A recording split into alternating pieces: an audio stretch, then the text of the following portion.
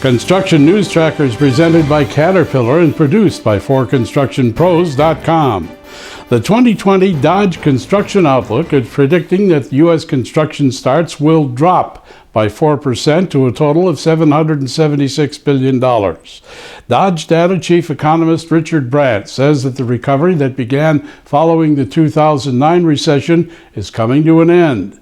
The increase is due to continuing trade tensions and the lack of skilled workers.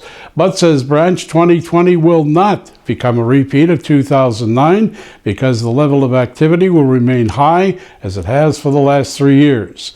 Branch also predicts that the dollar value of residential building starts will drop 6%, and starts for non-residential and non-building construction will be off by 3%. Single-family home construction expected to remain stagnant due to affordability and tight entry-level building, while multifamily construction will continue to be slowed due to economic growth constrictions. That challenged outlook for 2020 continues from AGC Chief Economist Ken Simonson, as he is predicting higher materials costs for contractors come next year. The latest analysis in the Bureau of Labor Statistics Producer Price Index by AGC finds no change for the year through September, although tariff imposition from affected imported materials from China. Simonson says the cost of lumber and gypsum used in home building is likely to increase in the next 6 months. Lumber and plywood costs were down some 10% through September, even as tariffs hiked those prices 17%. Simonson says the costs for steel, copper, and aluminum are likely to see a slow increase, minus any price shocks for those items. The largest cost item for contractors is labor, and those costs will continue to rise, says Simonson. He's admittedly puzzled due to the unemployment rate now at its lowest in 50 years, and one would think wages would rise more quickly, but they are not. A troubling report out of the College of Global Public Health at New York University claims the construction industry has the highest drug use of any American work field. The NYU report, published in the journal Drug and Alcohol Dependence, says that of all occupations, construction has the highest use of cocaine and marijuana, as well as misused prescription opioids. The dossier alleges that this illicit use leads to the highest incidence of injury and fatality rates across all U.S. industries due to the hazardous nature of construction itself. The NYU report utilizes data back to 2005 and involved responses from 293,000 participants and compared construction with 13 other occupations.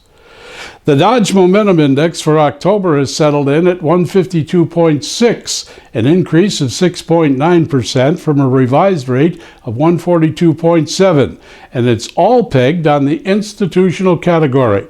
A monthly measure of non-residential building projects is the first report to deal with building a year in advance. Institutional planning moved up 22.8%, and the overall index was forced higher by 6.7% from 2018. And all the projects are significant construction entities in the multi-million-dollar range.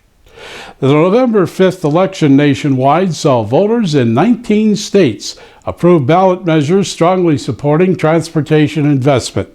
Out of 305 state and local ballot measures, 90% were adopted by voters, with 270 initiatives approved, generating some $9.6 billion in revenue spending.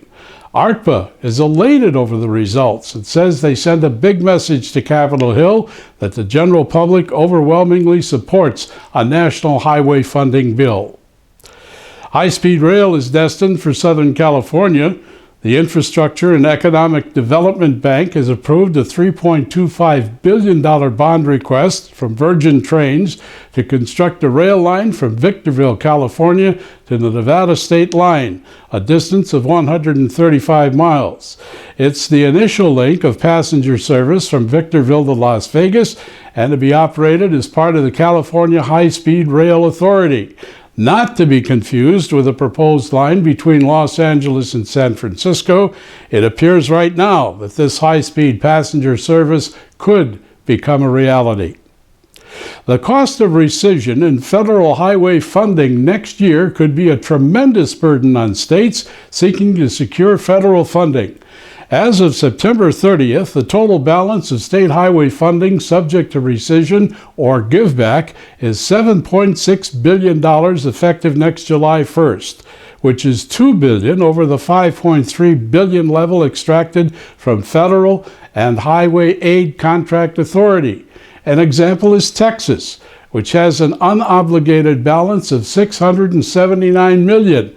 However, under federal funding calculations, Texas really owes $960 million to the feds if rescission occurs, a severe impact on transportation projects already on the books. All the other states face the same impact under the Federal Highway Administration rules. AASHTO is warning that once these dollars go away, they cannot be invested in our nation's highway system. In closing, success often comes from taking a misstep in the right direction. This is Construction News Tracker, looking over the industry that makes the world a better place, presented by Caterpillar and produced by 4constructionpros.com.